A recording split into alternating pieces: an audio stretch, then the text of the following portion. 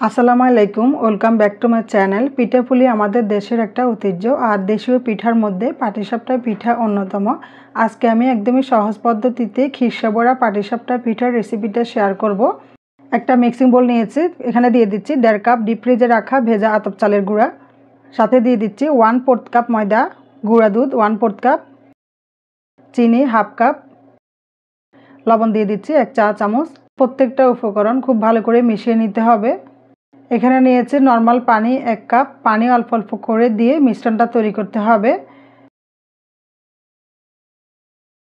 ভালো করে মেশানোর পর মিশ্রণের ঘনত্বটা এরকম হয়েছে, আপনাদেরকে দেখিয়ে দিচ্ছি।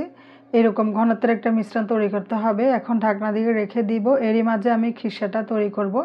এখানে নিয়েছি নর্মাল দুধ, এখানে 2 টেবিল চামচ ভেজা চালের গুঁড়াটা দিয়ে দিচ্ছি, এটা আতপ চালের গুঁড়া। খুব ভালো করে মিশিয়ে এটাও এক পাশে রেখে দিব। আর এই গুঁড়াটা আমি খিরসার মধ্যে ব্যবহার করব। চুলায় দিয়েছি 1 লিটার তরল দুধ, দিয়ে দিচ্ছি 3টা সবুজ এলাচ। এখন অনবরত নাড়াচাড়া করে মিডিয়াম লো আছে এই দুধটা জাল দিয়ে অর্ধেক থেকেও কমিয়ে নিতে হবে। এখন চিনি দিয়ে দিচ্ছি 3 টেবিল চামচ,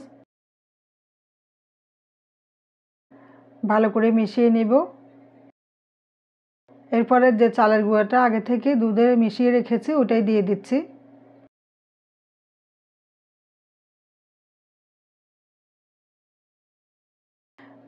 যখন পুরোটাই ঘন হয়ে যাবে তখনই আমি এলাচগুলো ফেলে দিচ্ছি। যখন পুরোপুরি এরকম ঘন হয়ে যাবে তখনই আমি দিয়ে দিচ্ছি 1 টেবিল চামচ খেজুরের গুড়। এটা হচ্ছে অপশনাল, আপনারা চাইলে এটা স্কিপ করতে পারেন। আর যখন এরকম হয়ে যাবে তখনই চুলা থেকে নামাতে হবে। এটা ঠান্ডা হওয়ার পরে শক্ত হয়ে যাবে, তো সেজন্য বেশি একটা কিন্তু ঘন করা যায় না। আমি চুলা থেকে নামিয়ে নিয়েছি। ঠিক 50 মিনিট পর আমি ঢাকনা খুলে নিলাম। আর পাটিসাপটার পিঠার মিশ্রণ কিন্তু পাতলা করেই করতে হবে, তো সেজন্য প্রথমে পানিটা ওইভাবে দিবেন। চুলা একটা ফ্রাই প্যানে আমি সয়াবিন তেল ব্রাশ করে একটা টিস্যু দিয়ে মুছে দিয়েছি। এখন পিঠার মিশ্রণটা 1 চামচের মতো দিয়ে দিব। ফ্রাই প্যানের হাতলটা ধরে এভাবে ঘুরিয়ে দিতে হবে, চুলার আঁচ লো করে রাখতে হবে। আর যখন দেখবেন এরকম কালারটা চেঞ্জ হয়ে গেছে তখনই আপনাদের ইচ্ছে মতো খিসাটা দিয়ে দিবেন। আমি আমার পছন্দ মতো খিসা দিয়ে দিচ্ছি। খিসাটা দেওয়ার পর এভাবে ভাঁজ করে দিতে হবে। আমি সবগুলো পিঠা বানিয়ে নেব। আর এই পিঠাটা খেতে তো অসম্ভব মজার, আপনারা বাসায় বসে ট্রাই করে দেখবেন।